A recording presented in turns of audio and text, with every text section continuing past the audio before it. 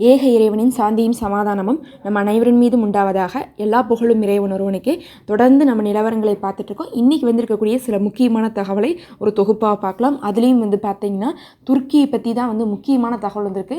துருக்கியுடைய உளவுத்துறை தலைவர்கிட்ட இப்போ காசாவுடைய கலீல் அல் ஹையா அவர்கள் பேச்சுவார்த்தை நடத்தி கொண்டு இருக்காங்க. எதை பற்றிலாம் பேசியிருக்காங்கன்னு பார்க்கும்போது, இஸ்ரேல் எப்படியெல்லாம் ரூல்ஸை வயலேட் பண்ணி இன்னும் தாக்கிட்டு இருக்காங்க, முதல் கட்ட போர் நிறுத்தத்தில் கூட எவ்வளோ அநியாயம் செய்யப்பட்டிருக்கு, பேருக்கு தான் இது முதல் கட்ட போர் நிறுத்தம், ஆனால் இதில் கூட எத்தனை தடவை தாக்கிட்டாங்க, எத்தனை பேர் இறந்துட்டுருக்காங்க, என்னென்ன பிரச்சனைகள் இருக்குது, இன்னும் கூட எங்களுக்கு உணவு இன்னும் தேவையான விஷயங்களை கொடுக்காமல் வச்சுருக்காங்க அப்படிங்கக்கூடிய விஷயத்தெல்லாம் அவங்க என்ன பண்ணியிருக்காங்க, எடுத்து சொல்லியிருக்காங்க. அதே மாதிரி காசாவுடைய போராளிகள் இந்த நிலைமையிலும் எந்த அளவுக்கு ரூல்ஸை ஃபாலோ பண்ணிகிட்டு இருக்காங்க, எதையும் நம்ம கெடுத்து விட்டுக்கூடாது, அந்த மக்களுக்கு கஷ்டம் வரக்கூடாதுங்கிறதுக்காக நாங்கள் எவ்வளவோ பொறுத்து தான் போயிட்டுருக்கோம் அப்படிங்கிறத எடுத்து சொல்லியிருக்காங்க. சொன்னதோட உணவுப் பொருட்கள், உதவி பொருட்கள் அப்படிங்கிறது பல நாடுகள் கொடுத்துட்டு இருந்தாங்க முன்னாடி இருந்தே, இப்போவும் கொடுக்குறாங்க. இப்போ என்ன பண்ணியிருக்காங்கன்னா, துருக்கியை அதிகமாக கொடுக்க சொல்லி காசாலேருந்து கேட்டிருக்காங்க. துருக்கியும் நாங்கள் அதிகமாக கொடுக்க போகிறோன்னு சொல்லிட்டு வாக்கு கொடுத்துருக்காங்க. அது மட்டும் இல்லாமல் மற்ற நாடுகள்கிட்ட நீங்கள் போய் பேசுங்க, சவுதி, கத்தார், இன்னும் பல நாடுகள் இருக்காங்க, எல்லாத்துலேயும் நீங்கள் பேச்சுவார்த்தை நடத்தி எல்லா முஸ்லீம் நாடுகளும் சேர்ந்து இப்போ அதிகமாக கொடுங்க, போர் நின்ன போது நீங்கள் அதிகமாக கொடுக்கறது அவசியமாக இருக்குதுன்னு சொல்லிட்டு என்ன பண்ணியிருக்காங்க, சொல்லியிருக்காங்க. அதற்கு துருக்கியும் சரி நாங்கள் முன்னாடி நிற்க போகிறோம், இதுக்கு நாங்கள் உங்களுக்கு உதவி செய்யறதுக்கும் உதவி வாங்கி தருவதற்கும் காரணமாக இருப்போம்னு சொல்லிட்டு வாக்குறுதி கொடுத்துருக்காங்க. ரொம்ப நாளாக துருக்கியை பற்றி ஒரு குறை இருந்துச்சு. எப்போனா போர் நிற்கிறதுக்கு முன்னாடி துருக்கி கம்மியாக தான் ஹெல்ப் பண்ணுறாங்க அப்படின்லாம் பேசிகிட்டு இருந்தாங்க. அதுக்கு பிறகு இப்போ பார்த்திங்கன்னா துருக்கி அதிகமாக அவங்களுடைய ஹெல்ப்பை அதிகப்படுத்தியிருக்காங்க. காசா விஷயத்தில் போரில் நேரடியாக எந்த ஒரு தலையீடும் துருக்கி செய்யாட்டினாலும் சரி, உதவி பொருட்கள் சமாதானத்துக்கு அவங்க ஒரு பங்கேற்பாக இருந்திருக்காங்க. இந்த போர் நின்னதில் முக்கியமான காரணத்தில் துருக்கியும் துருக்கியுடைய படைகளும் காரணமாக இருந்திருக்குது. அதாவது உளவுத்துறை தலைவர்களாகட்டும் இன்னும் நிறைய பேர் இருந்திருக்காங்க. இப்போ என்ன பண்ணிகிட்டு இருக்காங்கன்னா, பர்மிஷன் கேட்குறாங்க.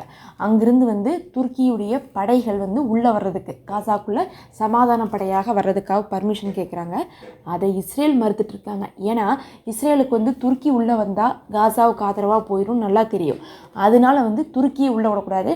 அதை தவிர எந்த முஸ்லீம் நாடுகள் வந்தாலும் நமக்கு பிரச்சனை இல்லை, அவனுங்க நல்ல காலத்திலேயே காசாவுக்கு நல்லது நினைக்க மாட்டானுங்கன்னு சொல்லிட்டு அவங்களுக்கு தெரியுது. அதனால் இஸ்ரேல் துருக்கியை மட்டும் உள்ளே விடக்கூடாதுன்னு சொல்லிட்டு பார்த்துட்ருக்காங்க. அதனால் நிறையா விட்டாலும் நான் சர்வதேச படையை தான் விடுவேன், அமைதி படையை விட மாட்டேங்கிறாங்க. அமைதி படை அப்படிங்கிறது அதிகமாக பார்த்திங்கன்னா இந்த முஸ்லீம் நாடுகளுடைய படையாக இருக்கும். அதில் துருக்கி தான் பாதி பேராவது இருப்பாங்க. இதே சர்வதேச படைனா பார்த்திங்கன்னா முஸ்லீம் நாடுகளுடைய படையாக இருக்கணும்னு எந்த அவசியம் இல்லை, யார் வேணால் வரலாம், ஃப்ரான்ஸு, ஜெர்மனி அப்படி இப்படின்னு சொல்லிட்டு எல்லா பக்கம் வருவாங்க. அப்போ என்ன ஆயிரும்னா இஸ்ரேல் பேச்சை கேட்பாங்க. இதனால தான் அங்கே இன்னுமே பிரச்சனை போயிட்டுருக்கு, சர்வதேச படையா அமைதி படையான்னு சொல்லிட்டு. போர் நிற்கும் போது அமைதி படைக்கு ஒத்துக்கிட்ட ட்ரம்ப்பு இப்போ போர் நின்னதுக்கு பிறகு அமைதி படையை நெத்தனியாக எதிர்க்கிறனால சர்வதேச படையை உள்ள அனுப்பலாமான்னு திட்டம் போட்டுட்ருக்காங்க. சர்வதேச படையில் பல நாடுகள் காசாக்குள்ளே வரமாட்டோம்னு இப்போ சொல்லிட்டாங்க. ஏன்னா அவங்களுக்கு தெரியும், நீங்கள் கொண்டு போய் உள்ளே விட்டுருவீங்க, அவங்க எங்களை தாக்குதல் பண்ணாங்கன்னா அதுக்கு நாங்கள் என்ன பண்ண முடியாது, இலக்காக முடியாது, அதனால் நாங்கள் உள்ளே வரமாட்டோம், நீங்கள் பண்ணதே அங்கே அநியாயம்தான், எங்களை கொண்டு போய் உள்ளே விட்டுட்டு அதுக்கப்புறம் என்ன பண்ணுவீங்க, எங்களை இப்படி பேசுங்க, அப்படி பண்ணுங்கள், இப்படி தாக்குதல் பண்ணுங்கன்னு சொல்லிட்டு இஸ்ரேலும் அமெரிக்காவும் தப்பாக வழி நடத்துகிற கூட சான்ஸ் இருக்குன்னு சொல்லிட்டு பல சர்வதேச படைகளை சேர்ந்த நாடுகள் உள்ளே வர்றதுக்கு அவங்களே மறுப்பு தெரிவிக்கிறாங்க. இப்போ இது ஒரு பெரும் பஞ்சாயத்தாக போயிட்டுருக்கு. ஏன்னா இப்போ 2ஆம் கட்ட போர் நிறுத்தம் வரணும், முதல் கட்டம் முடிஞ்சிருச்சு. ஏன் முடிஞ்சிருச்சுன்னா எல்லா பிணை கைதிகள், அதுக்கப்புறம் பார்த்திங்கன்னா அதுக்கு நிகரான சிறை கைதிகள் எல்லாம் உயிரோடு இருக்கிறவங்க, மரணித்தவங்கன்னு எல்லாத்தையும் வாங்கிட்டாங்க, ஒன்றோடாமல் வாங்கிட்டாங்க. அதனால பார்த்திங்கன்னா இது 2ஆம் கட்டத்தை நோக்கி போகணும். அப்படி போகாட்டினா போர் ஆரம்பிச்சிருமோ அப்படிங்கக்கூடிய ஒரு பயமும் இருந்துகிட்ருக்கு. அதனால் 2ஆம் கட்டத்துக்கு போகணுன்னா முதல் கட்டத்தில் நிறைய விஷயங்கள் இஸ்ரேல் தான் செய்யாமல் இருக்காங்க, காசாவில் இருக்கிறவங்க எல்லாமே செஞ்சுட்டாங்க.